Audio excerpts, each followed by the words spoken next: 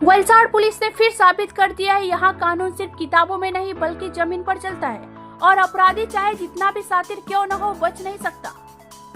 वलसाड़ में मुन्ना प्लम्बर बना लुटेरा, बुजुर्ग महिलाओं पर हमला कर लूटी सोने की चेन, लेकिन वलसाड़ पुलिस के ताबड़तोड़ एक्शन से मिनटों में धराशायी।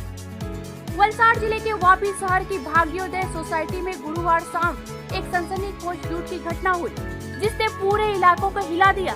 एक जाना पहचाना प्लम्बर, जिसे लोग मुन्ना के नाम से जानते थे, उसने भरोसे का नाजायज फायदा उठाकर दो बुजुर्ग महिलाओं पर हमला किया और उसकी सोने की चैन लूटी। लेकिन वलसाड़ पुलिस की तेज निगाहों और बिजली सी फुर्ती ने साबित कर दिया कि अपराधी कितना भी शातिर क्यों न हो, यहाँ कानून से नहीं बच सकते। सूचना मिलते ही पुलिस की टीम ने मौके पर पहुंचकर आरोपी को चंद मिनटों में पकड़ लिया और लूटा हुआ सारा माल बरामद कर लिया। डीवाईएसपी BN दवे ने कहा, हमारी पुलिस के लिए हर नागरिक की सुरक्षा सर्वोपरि है। वलसाड़ पुलिस ने फिर दिखाई दिया कि अपराधी चाहे जो भी चाल चले, यहाँ कानून का शिकंजा उससे भी तेज है। वापीनी चला विस्तारमा आवेल भाग्योदय सोसायटीમાં સાંજે 5 વાગે એક લૂંટની ઘટના બનેલી।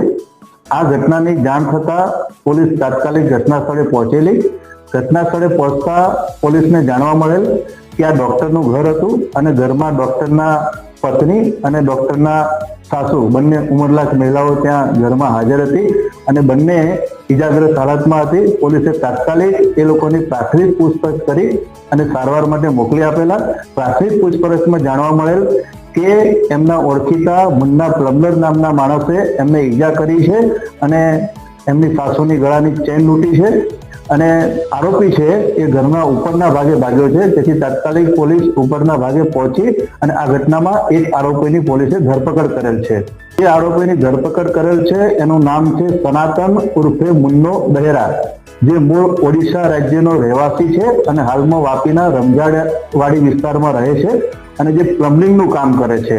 જે ઘરે ઘટના બની છે એ ડોક્ટરનો વ્યવસાય કરે છે, એ આંખના ડોક્ટર છે અને વાપી વિસ્તારમાં ક્લિનિક ચલાવે છે। એમના ઘરમાં એમના પત્ની ઉંમર વર્ષ 74 અને એમના સાસુ ઉંમર વર્ષ 92 બંને રહે છે। ઘટનાના આગલા દિવસે આ આરોપી એટલે કે મુન્નો પ્લમ્બર ડોક્ટરના ઘરે આવેલો, કારણ કે આ મુન્ના પ્લમ્બરે અગાઉ ઘણા સમય પહેલા ડોક્ટરને ત્યાં પ્લમ્બિંગનું કામ કરેલું, જેથી ડોક્ટરને ઓળખતા હતા અને ડોક્ટરના દીકરી છે એ આર્કિટેક્ટ છે, તો એમના થ્રુ પણ આ પ્લમ્બરને ઘણું કામ મળેલું, જેથી આ જે પ્લમ્બર છે આરોપી એ સારી રીતે ડોક્ટરના તમામ ફેમિલી મેમ્બરથી પરિચિત હતો।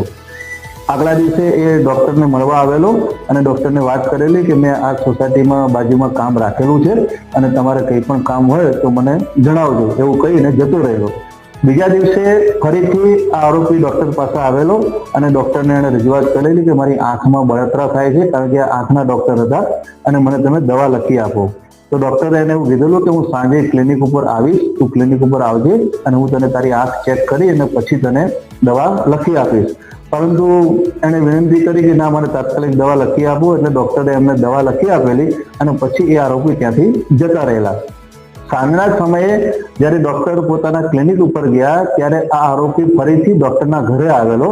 ત્યારે ડોક્ટરના ઘરે એમના પત્ની ઉંમર વર્ષ 74 અને એમના સાસુ ઉંમર વર્ષ 92 આ બંને એકલા ઘરે હાજર હતા અને આરોપી આવીને પહેલા એમના પત્ની પાસે ડોક્ટરનો મોબાઈલ નંબર માંગેલો, એમના પત્નીએ ડોક્ટરનો મોબાઈલ નંબર આપેલો અને પછી આરોપીએ પાણીની માંગણી કરેલી, જેથી એમના પત્ની જેવું પાણી લેવા માટે રસોડા તરફ જતા હતા અને આરોપીએ તાત્કાલિક પોતાની પાસેનું જે કટર આવે, કટરથી એમના પત્ની ઉપર હુમલો કરેલો અને એમના ગળાના ભાગે ઈજા કરેલી। આ દરમિયાન એમની સાસુ વચ્ચે પડતા એમને પણ ઈજા કરી અને એમના સાસુના ગળામાં પહેરેલી સોનાની ચેન આ આરોપીએ ખેંચી લીધેલી।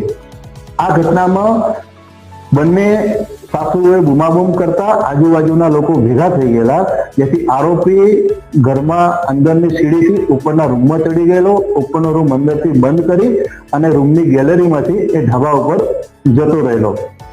આ ઘટના ચાલુ હતી એ દરમિયાન કોઈ માણસે તાત્કાલિક પોલીસને ફોન કરેલો અને પોલીસ પણ તાત્કાલિક જ ઘટના સ્થળે પહોંચી ગયેલી। ઘટના સ્થળે જ્યારે પોલીસ પહોંચેલી ત્યારે બંને મહિલાઓ ઇજાગ્રસ્ત હતી। બંને મહિલાઓને પ્રાથમિક પૂછપરછ કરી અને બંનેને સારવાર માટે મોકલી આપેલી। અને આરોપી જે દિશા તરફ ભાગ્યો હતો એ ઘરની ઉપર પોલીસે ગઈ ત્યારે રૂમ અંદરથી બંધ હતો. એ રૂમનો દરવાજો તોડી અને પછી પોલીસ રૂમની ગેલેરીમાંથી ધાબા ઉપર ચડી અને આરોપીને ત્યાંથી ધાબા ઉપરથી રંગે હાથે પકડી પાડેલ છે.